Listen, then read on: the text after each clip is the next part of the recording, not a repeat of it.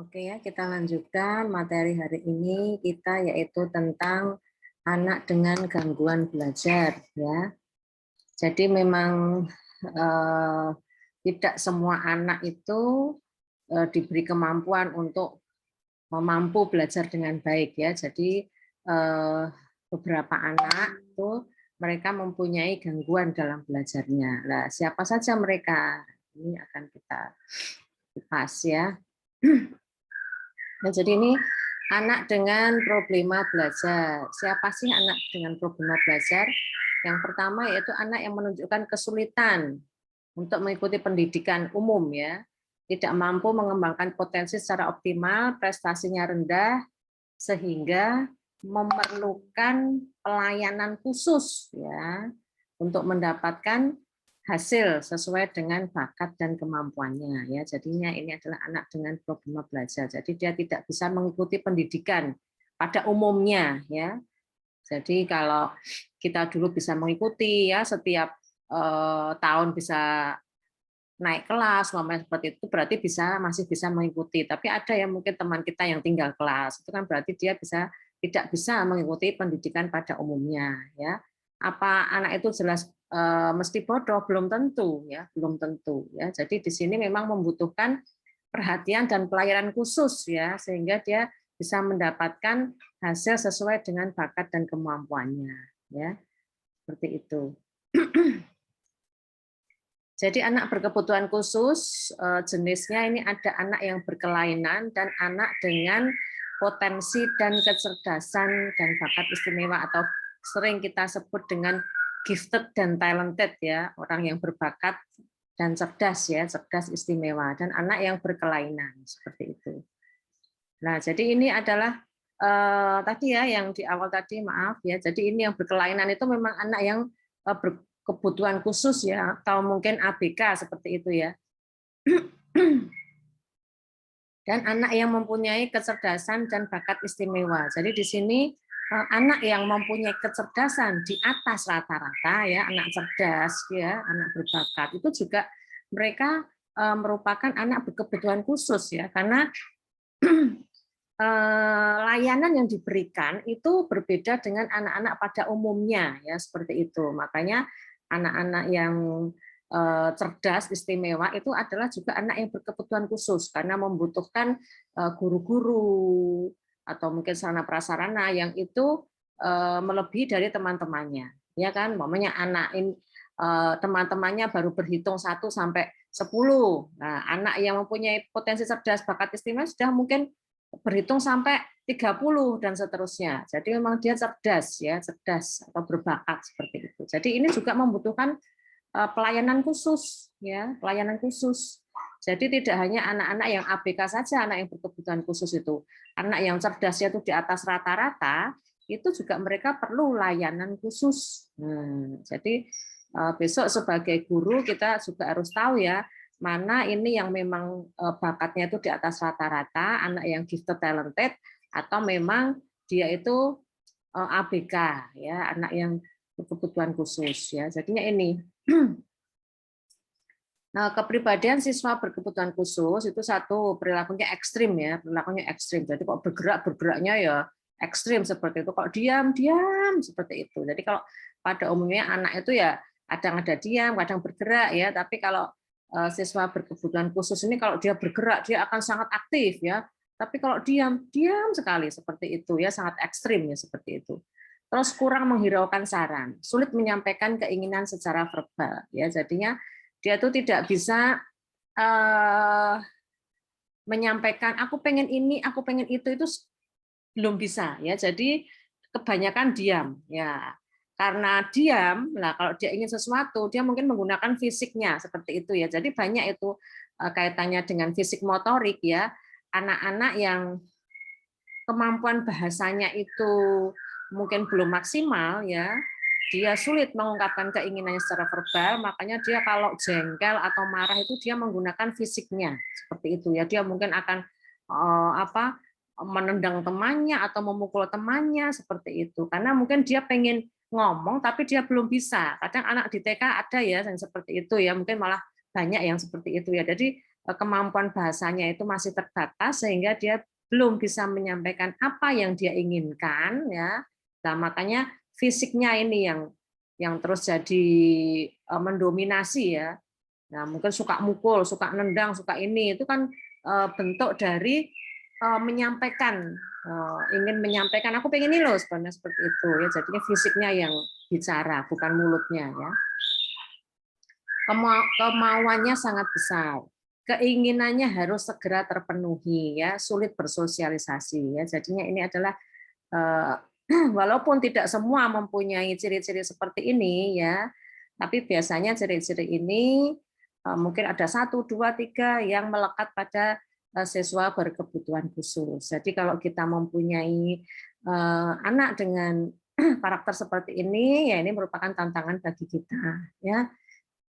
Setiap anak memang berbeda sehingga kalau ada anak dengan karakter seperti ini, mestinya guru juga harus memberikan perhatian yang lebih, ya, dibandingkan dengan teman-temannya. Ya, kok anaknya ini diam, kok anaknya ini sukanya bergeraknya tuh luar biasa, ya, suka mengisolasi diri, ya, tidak suka berteman, ya. Nah, itu harus kita beri perhatian yang lebih seperti itu. Ya, nah, gejala umum, ya. Jadi ini ada gangguan belajar umumnya, ya. Jadinya biasanya, ya, yang sudah itu gangguan belajar itu dilihat dari 3 bidang, ya, atau 3 komponen, yaitu membaca, menulis, dan matematika. Ya, membaca, menulis, dan matematika. Nah, jadi di sini setiap gangguan itu mempunyai karakteristik sendiri-sendiri, ya. Jadinya ini ada gangguan belajar membaca, ya. Jadi kalau kalian pernah mendengar namanya disleksia, itu adalah gangguan membaca, ya. Jadi ditandai dengan kecepatan membaca yang sangat lamban, banyak kesalahan pengucapan dalam memahami bacaan, yaitu namanya disleksia. Jadi itu disleksia itu apa toh? Disleksia itu adalah gangguan membaca, ya, gangguan membaca. Gangguan yang lainnya yaitu disgrafia, itu adalah gangguan dalam menulis, ya. Jadi umpamanya anak disuruh menulis atau mengarang, itu banyak kesalahan yang dibuat, ya, mungkin menempatkan tanda baca atau mungkin mengorganisasi paragrafnya belum bagus, memang seperti itu, ya, itu disgrafia, jadi gangguan menulis, ya. Ada juga gangguan belajar matematika, ya, jadi di sini kesulitan dalam mengenali simbol-simbol, ya, dan memahami simbol aritmatika, ya. Jadinya mungkin penjumlahan dikira pembagian, perkalian dikira penjumlahan, pengurangan dikira pembagian dan seterusnya, ya. Jadi kesulitan mengenali dan memahami simbol aritmatika. Nah, ini wilayah gangguan belajar, ya, kalau di aritmatika, di oral, di penalaran, dan di bahasa tulis, ya. Bahasa tulis kesulitan membaca, menulis, dan mengeja, penalaran mengorganisasi pikiran, dan seterusnya. Jadi kalau ada anak-anak seperti ini, nah, itu harus kita beri perhatian yang lebih. Nah, ini pada umumnya, ya, tingkat kecerdasan atau IQ anak, ya, ada yang di bawah 50 keterbelakangan mental, ada yang 50 sampai 70 keterbelakangan mental yang ringan, ada slow learner, ya, ada 90 sampai 110 anak rata-rata, 110 sampai 130 ini cerdas berbakat superior, dan 140 itu adalah anak yang jenius, ya. Jadi kalau dulu zaman saya SMA ada, ya, ini, ya, untuk melihat IQ kita seberapa itu. Nah, ini seperti ini, ya. Jadi yang saya sampaikan di awal tadi, anak berkebutuhan khusus tadi, ya, ini, ya, anak yang keterbelakangan mental ringan atau slow learner atau keterbelakangan mental yang berat itu adalah masuk istimewa, anak berkebutuhan khusus. Tapi anak yang cerdas, berbakat, superior, dan jenius itu juga masuk anak yang berbakat jenius. Jadi ini juga semuanya ini membutuhkan penanganan seperti itu, ya. Jadinya Jangan dikira anak yang sudah cerdas berbakat itu tidak perlu penanganan. Itu juga jenisnya juga anak berkebutuhan khusus ya, karena memang IQ-nya di atas rata-rata, sehingga memang cara memperlakukan anak tersebut itu berbeda dengan anak pada umumnya ya, atau anak rata-rata. Jadi biasanya kita lebih banyak ke 90 sampai 110 ya, anak rata-rata. Ya, rata-ratanya segitulah ya. Tapi kalau sudah cerdas berbakat superior jenius itu juga memerlukan perhatian khusus ya.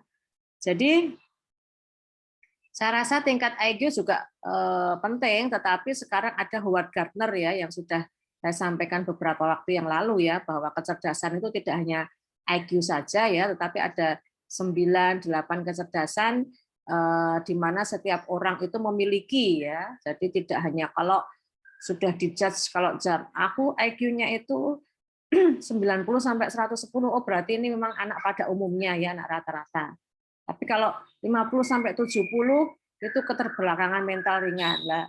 Terus stres seperti itu ya. Karena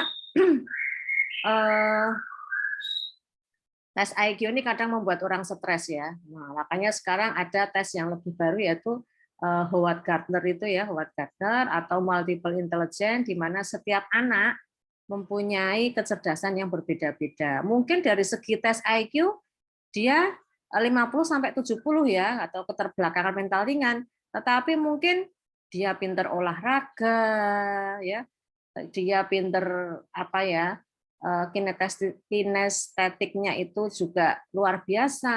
Nah, jadi ini juga dia mempunyai kelebihan ya kan. Tapi kalau kita hanya melihat tes IQ-nya lah itu kasihan anak ya, tapi mungkin di balik tes IQ-nya yang rendah, tapi dia mempunyai kecerdasan-kecerdasan lain yang tidak dimiliki oleh anak pada umumnya, seperti itu. Makanya sekarang kita menggunakan 9 kecerdasan dari Howard Gardner atau multiple intelligence, seperti itu ya.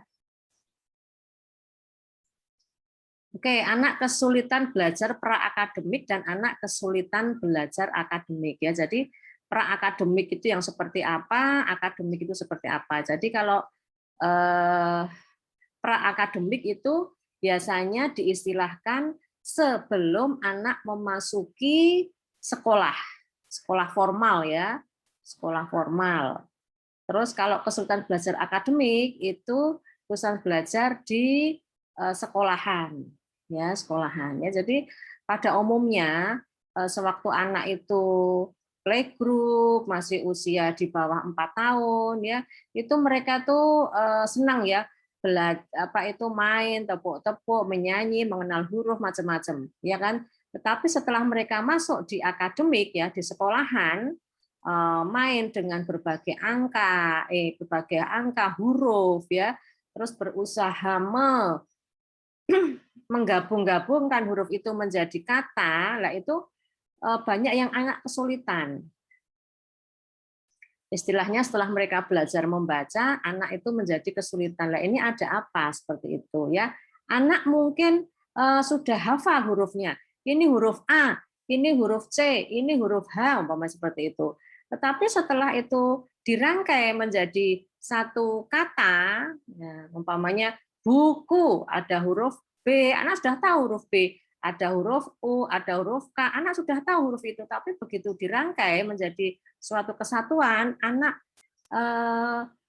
stres ya. Jadi ini merupakan kendala tersendiri ya. Nah, jadi ini tantangan buat kita sebagai pendidik ya, bagaimana kita mengenalkan literasi atau baca tulis yang menyenangkan kepada anak seperti itu. Iya kan? Jadi kalau kita lihat mereka sudah hafal mungkin dengan huruf-hurufnya, dengan simbol-simbolnya. Tetapi begitu nanti digabung-gabung, anak akan kesulitan. Nah, ini salahnya di mana? Nah, ini PR buat kita semua ya, seperti itu. Jadi setiap kali anak diajak membaca itu mereka sudah belum apa-apa sudah stres dulu ya, seperti itu.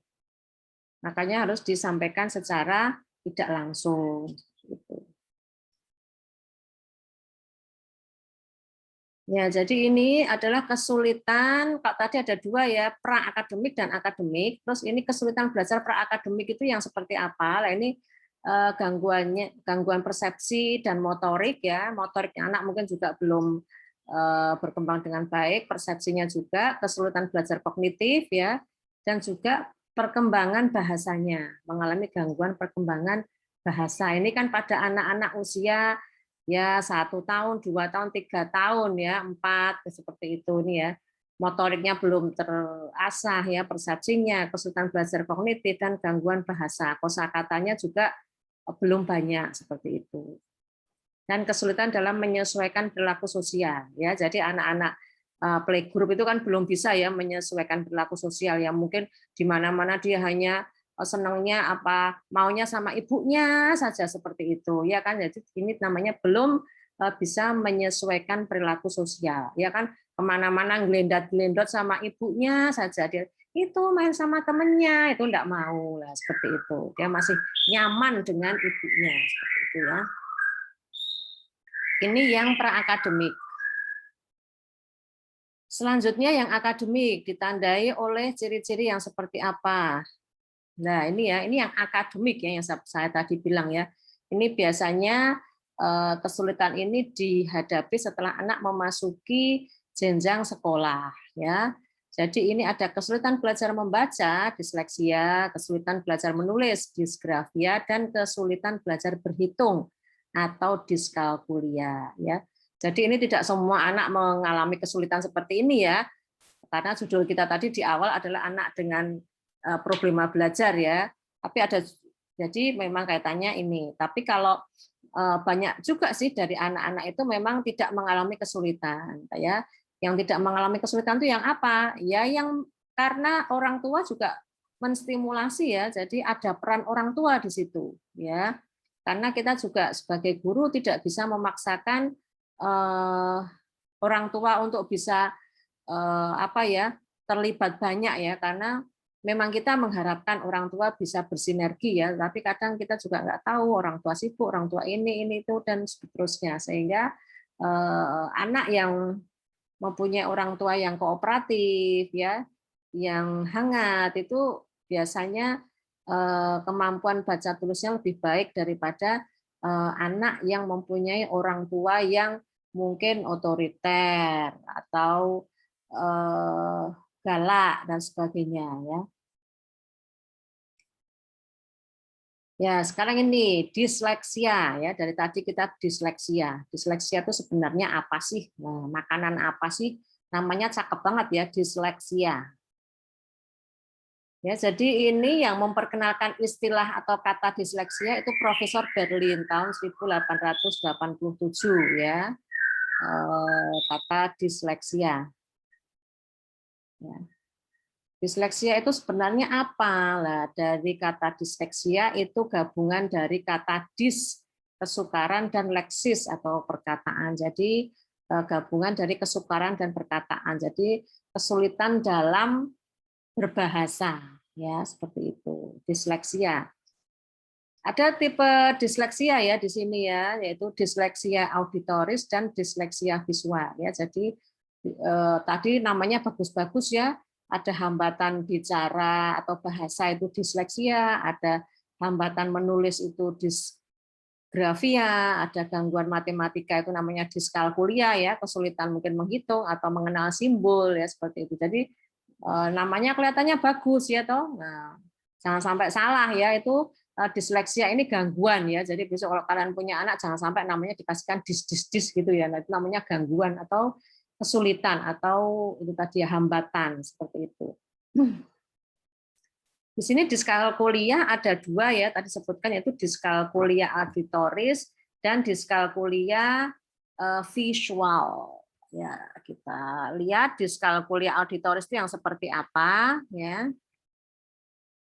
Gejala diskalkulia auditoris ya.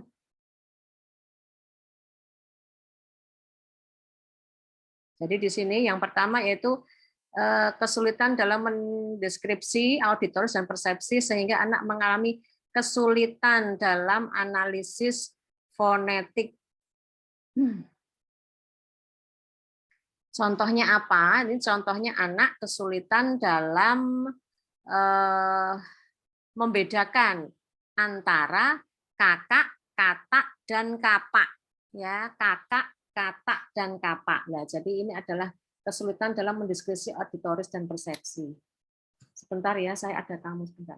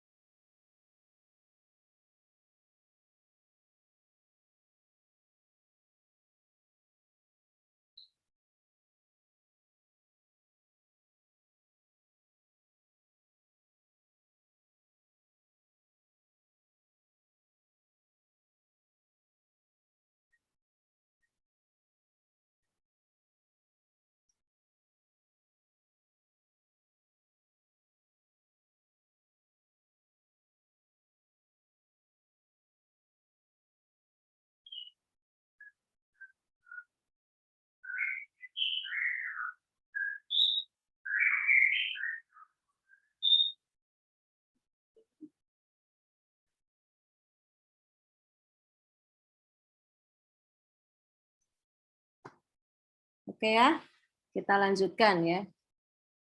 Di rumah nggak ada orang.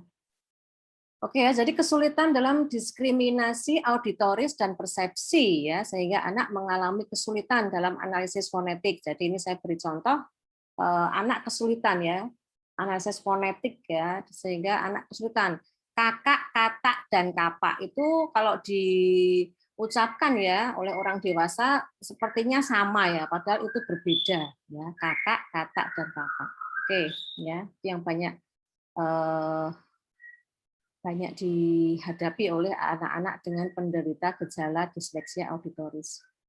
Selanjutnya yaitu kesulitan analisis dan sintesis auditoris. Jadi ini umpamanya mengeja kata ibu, dia tuh kesulitan, jadi bisa kebolak-balik ya, bisa iup dan seterusnya ya. Jadi kesulitan. Jadi ibu itu kudu harusnya kan i, b, u seperti itu ya. Jadinya anak kesulitan dalam menganalisis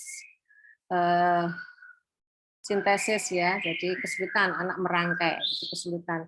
Ibu itu harusnya hurufnya apa? I, B, U, hasilnya seperti itu. Tapi kadang anak kebolak-balik seperti itu. Oke, selanjutnya kesulitan dalam reauditoris atau bunyi atau kata. Jadi sehingga contohnya seperti apa sih? Nah, jadi jika anak itu diberi huruf, dia tidak bisa mengingat bunyi huruf atau kalimat, ya.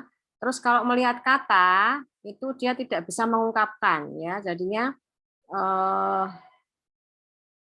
meskipun dia melihat kata tersebut, tapi dia tidak dapat mengungkapkannya, ya. Walaupun memang mengerti arti kata tersebut, tapi dia tidak dapat mengungkapkannya, sehingga membaca dalam hati itu lebih baik daripada membaca lisan. Ya, membaca dalam hati itu lebih baik daripada membaca lisan. Oke ya, jadi ini tadi adalah gejala disleksia auditoris. Selanjutnya itu gejala disleksia visual. Nah, ini yang sering terjadi di TK ya. Gejala disleksia visual. Yang pertama yaitu tendensi terbalik. Ya, tendensi terbalik ini yang seperti apa? Tendensi terbalik ini anak biasanya mengalami kebingungan ya dalam membedakan beberapa huruf ya. Mungkin bingung antara mana sih B, mana sih D lah. Kalau biasanya anak kebolak-balik ya. Ini D, padahal sebenarnya itu B. Ini B, padahal itu D, dan seterusnya. Ya. Biasanya huruf D itu dibaca huruf B. Huruf P dibaca huruf G. Huruf U dibaca huruf N. Huruf M terbalik menjadi huruf W. Lah, jadi kesulitan-kesulitan ini biasanya dihadapi anak dengan disleksia, dengan gejala disleksia visual. Ya. Jadinya menurut anak ini B, tapi sebenarnya itu huruf D lah, dan seterusnya ya. Jadinya itu adalah huruf-huruf yang mungkin hampir sama ya, huruf-huruf yang mempunyai kemiripan sehingga anak mengalami kesulitan ya untuk membedakan seperti itu ya. Selanjutnya yaitu kesulitan mengikuti dan mengingat urutan visual. Bila diberi huruf cetak untuk menyusun kata mengalami kesulitan. Ya, jadi di sini mungkin gurunya waktu itu mengajak anak untuk bermain kartu huruf. Di situ ada huruf A, B, C, D, E, B dan seterusnya ya. Coba sekarang disusun menjadi kata apa ya yang mudah. Adik umpama seperti itu ya. Atau tas, coba menulis kata tas dengan merangkai kartu huruf yang ada. Lah itu anak kesulitan. Ya, anak kesulitan dalam merangkai. Harusnya hurufnya kan T dulu, A, terus S umpamanya. Lah itu anak kesulitan dalam merangkai huruf seperti itu, ya. Oke ya, jadi ini adalah gejala disleksia visual. Membaca. Nah, ya jadinya kita ini sudah bisa membaca ya, dan kita selalu melakukan aktivitas membaca. Tapi kita kadang bingung kalau ditanya membaca itu sebenarnya apa sih, seperti itu ya. Dan kalau saya tanya kalian, jawabannya juga bisa beragam ya, banyak sekali pendapat yang bisa kita representasikan untuk memberikan istilah pada membaca itu seperti apa ya. Jadi ini kalau saya membaca adalah aktivitas auditif dan visual ya untuk memperoleh makna dari simbol berupa huruf atau kata ya. Auditif itu mendengar ya, visual melihat ya, untuk memperoleh makna dari simbol berupa huruf atau kata. Nah, di sini membaca ya, membaca itu ada dua. Ada membaca teknis dan ada membaca pemahaman. Dulu sudah pernah saya singgung sedikit ya, membaca teknis dan membaca pemahaman. Ya, jadinya pada anak usia dini itu biasanya lebih ke membaca teknis ya. Tetapi kalau seusia kita ya, seusia SD ke atas itu ya, SD kelas tinggi itu mereka sudah mulai membaca pemahaman seperti itu ya. Jadi membaca itu kan mengartikan simbol-simbol atau makna yang berupa huruf atau kata, sehingga itu menjadi satu kesatuan yang mempunyai makna atau mempunyai arti seperti itu ya. Sekarang membaca teknis. Membaca teknis itu apa? Nah, membaca teknis yaitu nih ya. Membaca teknis yaitu proses pemahaman atas hubungan antara huruf dan bunyi, proses pemahaman ya. Terus yang kedua, menerjemahkan kata-kata tercetak menjadi bahasa lisan atau sejenisnya. Ya, jadi ini adalah membaca teknis. Ya, jadi berusaha merangkai huruf-huruf atau simbol-simbol yang ada dan diterjemahkan menjadi kata-kata, ya, sehingga itu berarti. Selanjutnya kalau proses pemahaman, proses menangkap makna kata yang tercetak seperti itu ya, proses menangkap makna kata yang tercetak. Jadi kalau membaca teknis, anak baru sekedar dapat membunyikan ya, bisa membunyikan, umpamanya ibu pergi ke pasar ya. Ibu pergi ke pasar umpamanya seperti itu anak bisa membunyikan itu seperti itu, bisa merangkai, bisa menerjemahkan kata-kata sehingga nanti ada bunyinya. Bisa itu. Ibu pergi ke pasar. Tetapi kadang kalau ditanya, Ibu pergi kemana, Dek? Nah, itu anak belum bisa jawab. Siapa yang pergi ke pasar, Dek? Umpama seperti itu. Anak belum bisa menjawab karena proses pemahamannya belum begitu muncul seperti itu ya. Nah, seperti teman saya sampaikan itu ada itu anak usia kelas SD ya, kelas 3 ya. Itu dia sudah bisa membaca ya. Jadi dia bisa membaca bla bla bla bla bla. bacaan buku paket itu bisa dia baca ya. Tetapi begitu dia ditanya ada soal apa ya, soal bacaan itu ya, bacaan soal cerita itu dia nggak paham gitu loh, ya kan? Nah, jadi nanti menjadi masalah, ya kan? Karena kalau soal cerita itu biasanya kan nanti pertanyaannya berkisar dari atau berkisar tentang tadi bacaan yang sudah ada gitu loh. Jadi kemarin tuh dia tak suruh baca itu juga lancar ya, lancar bla bla bla bla bla bla tuh satu paragraf, dua paragraf dan sebagainya. Tapi yang delujur gitu aja nggak ada penekanan-penekanan seperti ini gitu loh. Kalau kita kan paham kalau ibu pergi ke pasar itu berarti yang ke pasar itu ibu. Ibu kemana? Ibu ke pasar. Itu sudah proses pemahaman. Ya, jadi kita bisa menangkap maknanya itu apa atau maknanya. Atau kita mungkin bisa menyimpulkan sebenarnya apa sih kesimpulan, apa sih inti dari cerita ini umpamanya seperti itulah. Anak yang belum sampai ke proses pemahaman, dia masih belum bisa ya menangkap ini maknanya apa seperti itu ya. Kalau dia masih tahapan membaca teknis ya dia hanya bisa membunyikan itu tadi, dia bisa membaca. Ibu pergi ke pasar itu dia bisa membaca seperti itu, tapi apabila dia ditanya yang kaitannya dengan bacaan itu dia masih bingung ya seperti itu.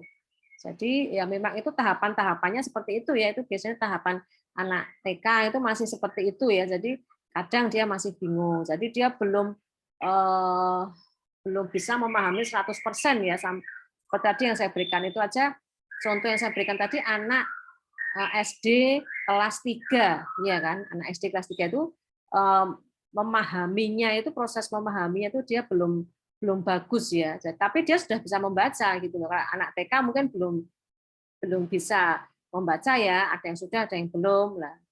Hanya mungkin bisa membunyikan ya, tapi kalau yang SD ini dia sudah lancar membacanya, tapi begitu dia ditanya kaitannya dengan cerita tadi itu dia masih bingung seperti itulah. Jadi proses pemahamannya belum begitu muncul ya. Ya itu enggak apa-apa, itu memang prosesnya seperti itu ya. Kita sering stimulasi, kita sering bimbing, nanti lama-lama kan juga akan mampu ya dalam memahami suatu cerita seperti itu.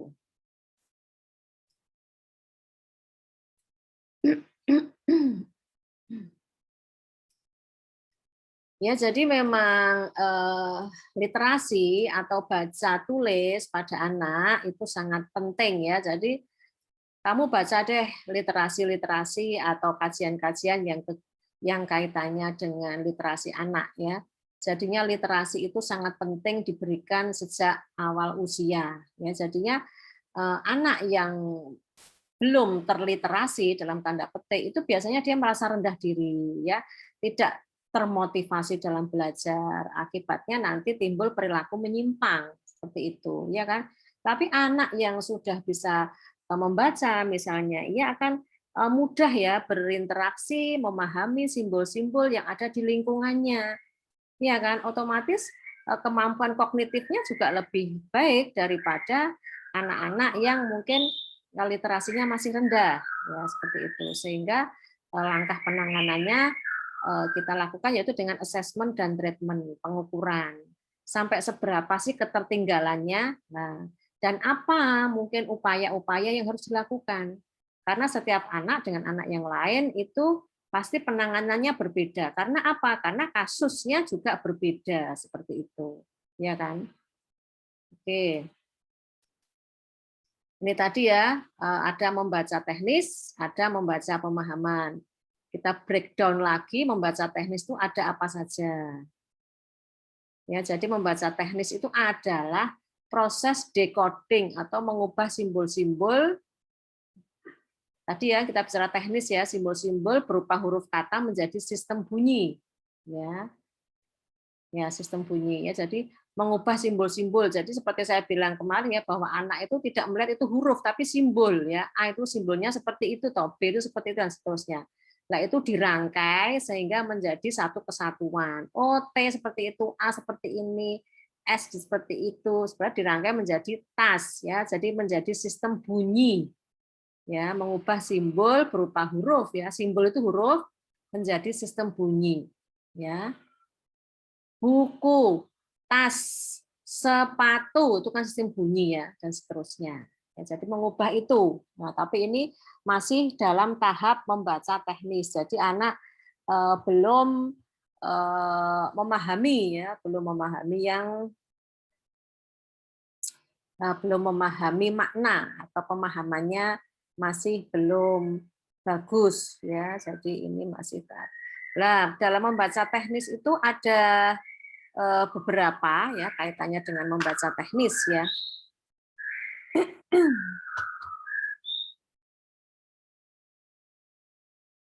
Oke ya, yang pertama yaitu konfigurasi ya, konfigurasi. Jadi di sini konfigurasi itu yaitu memperkenalkan secara global bentuk huruf atau kata. Jadinya konfigurasi itu kita memperkenalkan huruf atau kata itu secara umum. Misalnya huruf A itu perutnya di depan, huruf B perutnya di belakang, umpamanya seperti itu. Ya, terus kata sepeda lebih panjang dari kata tas, umpamanya, dan seterusnya. Ya, atau mungkin tinggi huruf L itu 2 kali lipat huruf U. Ya. Terus umpamanya kata budi itu bermula dari huruf besar dan seterusnya. Ya, jadi itu mengenalkan huruf secara global seperti itu. Selanjutnya yaitu analisis konteks. Nah, ini analisis konteks. Ya, jadi ini bagi anak-anak yang tarafnya itu masih membaca teknis ya, dia belum membaca pemahaman, itu memang dalam membaca, anak-anak itu memanfaatkan kata-kata petunjuk lain di sekitarnya untuk menerka suatu kata, ya. Jadi membaca teknis itu biasanya pada anak-anak usia playgroup atau TK ya seperti itu. Jadi daya hayal, daya imajinasi dan mereka tuh masih sangat tinggi sehingga mereka bisa dalam membaca itu yaitu memanfaatkan kata-kata petunjuk lain di sekitarnya untuk menerka maknanya ini sebenarnya apa sih? Nah, seperti itu. Ya, umpamanya saya kasih contoh. Ibu pergi ke pasar naik kodo. Kodo, di sini kodo. KODO. Ibu pergi ke pasar naik kodo. Nah, anak berusaha mengartikan kodo itu apa, seperti itu. Ya. Jadi kata kuncinya itu kodo. Kodo di sini dalam konteks ini artinya apa ya? Nah, seperti itu. Nah, coba kalian tebak. Apa itu artinya kodo? Nah, ibu pergi ke pasar naik kodo. Nah, ya. Jadi benar ya bahwa kodo itu sejenis alat transportasi. Kata kuncinya dari mana? Dari naik. Nah, naik itu berarti kan alat transportasi, iya kan? Nah, jadi di sini adalah kodo itu adalah sejenis kendaraan seperti itu. Entah itu beca, entah itu sepeda motor, entah itu andong, dokar dan seterusnya. Ya, tapi itu sejenis alat transportasi atau kendaraan, ya seperti itu. Nah, ini penguasaan kosakata pandang. Ya, jadinya kata-kata yang dapat dibaca dengan mudah oleh anak tanpa harus berpikir. Ya, jadi ini kosakata pandang. Nah, jadi biasanya ya di sekolah itu ada tulisan-tulisan selamat datang. Nah, buanglah sampah pada tempatnya dan seperti itu kan kosa pandang ya. Setiap kali anak melihat ya memandang kosakata pandang, sight vocabulary ya. Set vocabulary ya. Jadi anak itu juga bagus ya karena banyak dengan keaksaraan sehingga nanti anak juga akan mengembangkan kemampuan berbahasanya ya. Jadi anak dengan mudah membaca tanpa harus berpikir seperti itu. Oke ya. Selanjutnya analisis fonik. Memahami kaitan antara huruf dengan bunyi. memahami kaitan antara huruf dengan bunyi. Ya, jadinya di sini kaitan antara huruf dengan bunyi. Ya, jadinya umpamanya gini ya. Misalnya anak perlu memahami huruf eng ya. ng itu menghasilkan bunyi eng. Eng itu ditulis eng, eng ya. Suara B ya, huruf B atau suara B itu bisa diucapkan berbeda pada kata Bapak dan Sabtu. Ya, coba nanti kalau kalian bisa merasakan ya. Suara B atau huruf B itu bisa dirasakan berbeda pada kata-kata Bapak dan Sabtu. Jadi B pada Bapak dan B pada Sabtu itu berbeda ya. Ada juga huruf toko ya, huruf O pada toko dan tolong. Itu juga diucap kalau kita rasakan itu suaranya atau bunyinya itu berbeda ya. Huruf O atau suara O pada kata tolong dan toko itu berbeda ya. Selanjutnya analisis struktural. Pemahaman atas struktur bahasa. Jadi di sini sudah lebih kompleks ya. Jadi di sini anak sudah memahami tentang struktur bahasa ya, termasuk pengertian bahwa apa itu suku kata. Suku kata itu terdiri atas vokal dan konsonan ya. Suku kata itu umpamanya buku itu kan ada vokal, ada konsonan ya. Ada berbagai imbuhan ya. Umpamanya membeli itu awalan apa, imbuhannya apa ya. Sudah mengenal tentang jenis kata ya dan seterusnya. Ya, misalnya kita kata membeli itu kan mendapat awalan me dan akhiran itu awalan me ya. Kalau membelikan itu awalan me terus akhirannya kan, seperti itu. Oke ya, selanjutnya yaitu kalau tadi membaca teknis, sekarang membaca pemahaman. Oke, membaca pemahaman di sini ada pengembangan kosakata. Memberikan pengalaman yang bermakna bagi anak ya. Jadi seperti yang saya sering sampaikan ya, bahwa kemampuan membaca anak itu sangat dipengaruhi oleh kemampuan berbahasa anak. Kemampuan berbahasa anak itu juga sangat ditentukan oleh pengembangan kosakatanya. Ya, anak-anak yang berkembang dengan kosakata yang kompleks, yang banyak, ya, itu mereka lebih mudah dalam mengatasi kesulitan dalam belajar dan dalam kaitannya dengan membaca dan menulis seperti itu, ya. Jadi kita harus memberikan banyak pengalaman yang bermakna kepada anak, ya, misalnya menyediakan buku-buku, ya, yang anak suka, atau kita mungkin memperkenalkan lingkungan yang baru atau orang baru, itu juga di sana nanti akan muncul itu kosakata baru, perbendaharaan kata anak, sehingga nanti itu menjadi bekal dia dalam perkembangan bahasanya, sehingga nanti dia mudah dalam memahami setiap bacaan-bacaan itu, kemampuan membaca pemahamannya bagus, ya kan? Tapi anak yang kosakatanya itu tidak banyak, kosakatanya sedikit, itu dia akan mengalami kesulitan. Ya, makanya di sini intinya yaitu pengembangan kosakata, maka sebagai pendidik kita harus dapat memberikan pengalaman yang bermakna kepada anak. Silahkan kalian eksplor apa yang kegiatan-kegiatan apa yang kira-kira bisa diberikan kepada anak, yang itu intinya nanti perkembangan kosakata anak akan meningkat, seperti itu. Oke ya, selanjutnya yaitu pemahaman literal. Jadi di sini memahami dan mengingat informasi secara tersurat. Ya, jadi misalnya memahami dan mengingat informasi secara tersurat. Jadi di sini umpamanya Budi murid kelas 1, ya, titik. Ia anak rajin, titik. Setiap hari dia membantu ibu. Ya, jadinya mengingat, memahami informasi secara tersurat. Jadi tadi ya, Budi murid kelas 1.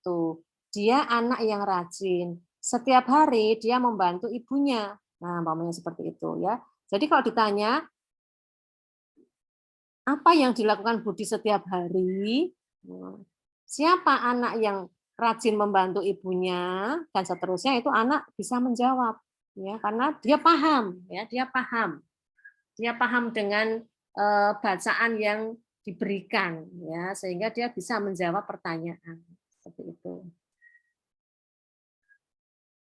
Selanjutnya yaitu pemahaman inferensial. Ini menarik kesimpulan dari informasi berdasarkan intuisi dan pengalaman. Nah, ini levelnya sudah tinggi ya, sudah lebih tinggi lagi ya. Jadinya di sini sudah mulai mencari hubungan sebab akibat, mengantisipasi lanjutan cerita. Ya, jadinya anak sudah mulai membuat kesimpulan. Jadi kesimpulannya apa? Seperti tadi umpamanya Budi murid kelas 1, dia anak rajin, setiap hari dia membantu ibunya. Jadi kesimpulan dari cerita itu apa? Nah, itu anak sudah mulai bisa menyimpulkan seperti itu ya. Oke, ini yang terakhir yaitu membaca kritis atau evaluatif. Lah ini sudah lebih tinggi lagi ya tahapannya, yaitu memberikan penilaian. Nah, ini sudah bukan anak TK lagi ya, anak SD pun juga belum bisa ya. Memberikan penilaian materi bacaan berdasarkan pengalaman ya.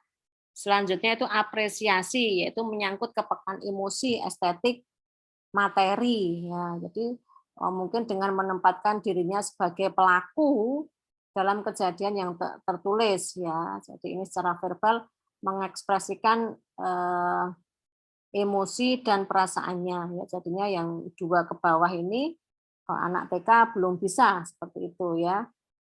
Seperti itu. Oke ya, ini saja yang bisa saya sampaikan. Nanti kalau ada yang mau ditanyakan kita bisa diskusikan di pertemuan selanjutnya ya. Oke, terima kasih. Assalamualaikum warahmatullahi wabarakatuh.